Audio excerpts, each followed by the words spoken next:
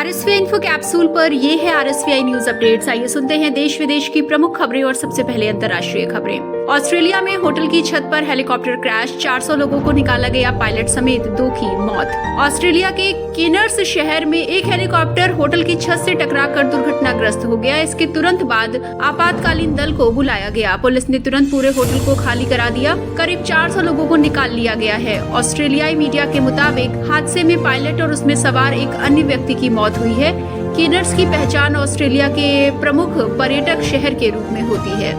Israel ने पहले school पर हमला कर ली 100 की जान, अब खान यूनिस खाली करने का दिया आदेश। गाजा में एक स्कूल पर किए गए हवाई हमले के बाद अब इजराइल ने गाजा पट्टी के दक्षिण में खान यूनिस को खाली करने की चेतावनी दी है। इनमें इजराइल द्वारा घोषित मानवीय क्षेत्र का हिस्सा भी शामिल है। इस हमले में 100 लोगों की मौत हो गई थी। इजराइल ने कहा कि इसका इस्तेमाल आतंकी कर रहे थे और हमले में 19 आतंकी मारे गए। अमेरिकी रक्षा सचिव से इजराइल के रक्षा मंत्री ने की बात, कहा बड़े हमले की तैयारी कर रहा ईरान ने इजराइल पर बड़े हमले की तैयारी शुरू कर दी है। इजराइल के रक्षा मंत्री योआव गैलेंट ने अमेरिकी रक्षा सचिव लॉयड ऑस्टिन से बात की। उन्होंने बताया कि ईरान की सैन्य तैयारियों से पता चलता है कि वो इजराइल पर बड़े पैमाने में हमले की तैयारी कर रहा है। एक्सियोस ने अपनी एक रिपोर्ट में सूत्रों के हवाले से ये जानकारी साझा की है।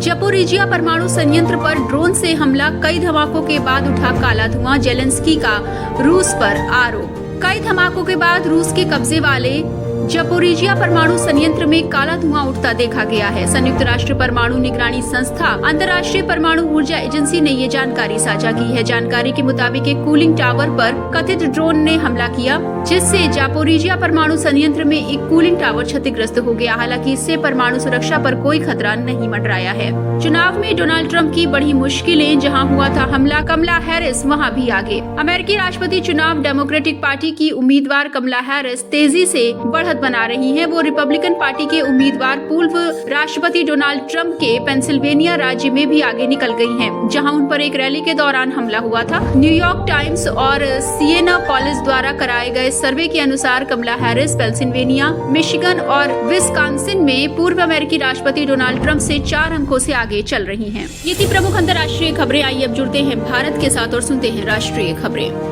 उत्तर भारत में मौसम ने बढ़ाई मुश्किलें, 21 की गई जान, केदारनाथ घाटी में झील टूटने की आशंका।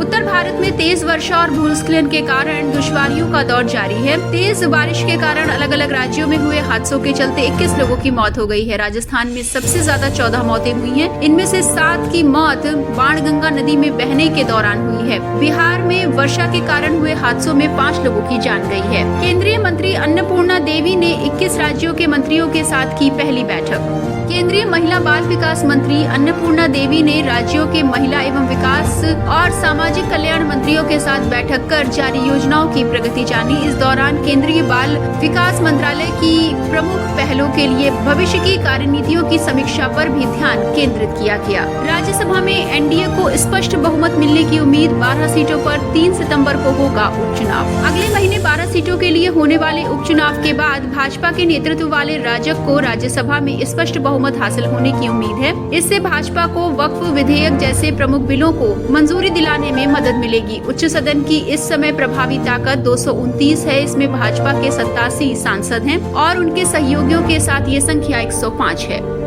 भारत में घुसपैठ कर रहे थे 11 बांग्लादेशी नागरिक, बीएसएफ ने किया गिरफ्तार। सीमा सुरक्षा बल ने भारत में घुसपैठ की कोशिश करते 11 बांग्लादेशी नागरिकों को सीमा से गिरफ्तार किया है। बीएसएफ के हवाले से बताया गया है कि पश्चिम बंगाल, त्रिपुरा और मेघालय में अंतर्राष्ट्रीय सीमा के माध्यम से भारत में घुसपैठ करने की कोशिश करते हुए इन बांग्लादेशी नागरिकों को पकड़ा गया है।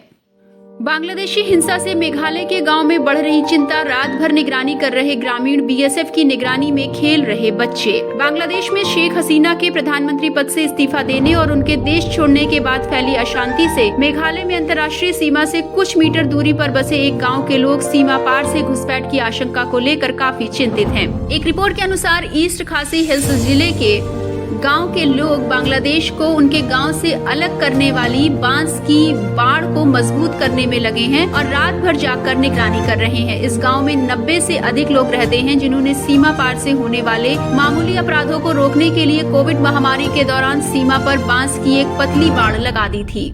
ये थी अब तक की प्रमुख राष्ट्रीय खबरें। आइए जुड़ते हैं अब खेलों के साथ और सुनते हैं खेल जगत से जुड़ी ताजा खबरों का हाल। एक्स ने माना मनु भाकर और नीरज चोपड़ा का लोहा दिया खास सम्मान। स्टेड डी फ्रांस में देर रात पेरिस ओलंपिक 2024 की क्लोजिंग सेरेमनी का आयोजन हुआ। इस दौरान मनु भाकर और गोलकीपर PR श्रीजेश भारतीय फ्लैग बियरर रहे। पहले नीरज चोपड़ा भारतीय ध्वजवाहक थे। हालांकि भारतीय ओलंपिक संघ की अध्यक्ष PT उषा ने नीरज चोपड़ा से बात की और PR श्रीजेश को ध्वजवाहक चुना गया। दरअसल श्रीजेश ने अब हॉकी को अलविदा कह दिया है। ऐसे मौके में IO उन्हें सम्मान देना चाहता था।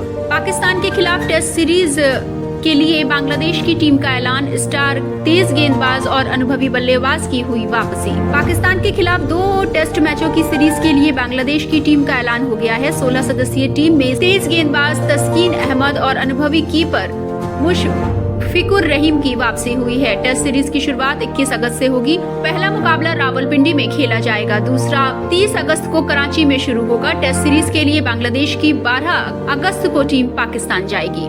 ये थी अब तक की प्रमुख खबरें। अगली खबरों के साथ जल्द होगी मुलाकात। सुनते रहिए RSVI इन्फो कैप्सूल और इंफोटेनमेंट के सफर में रहिए हमारे साथ।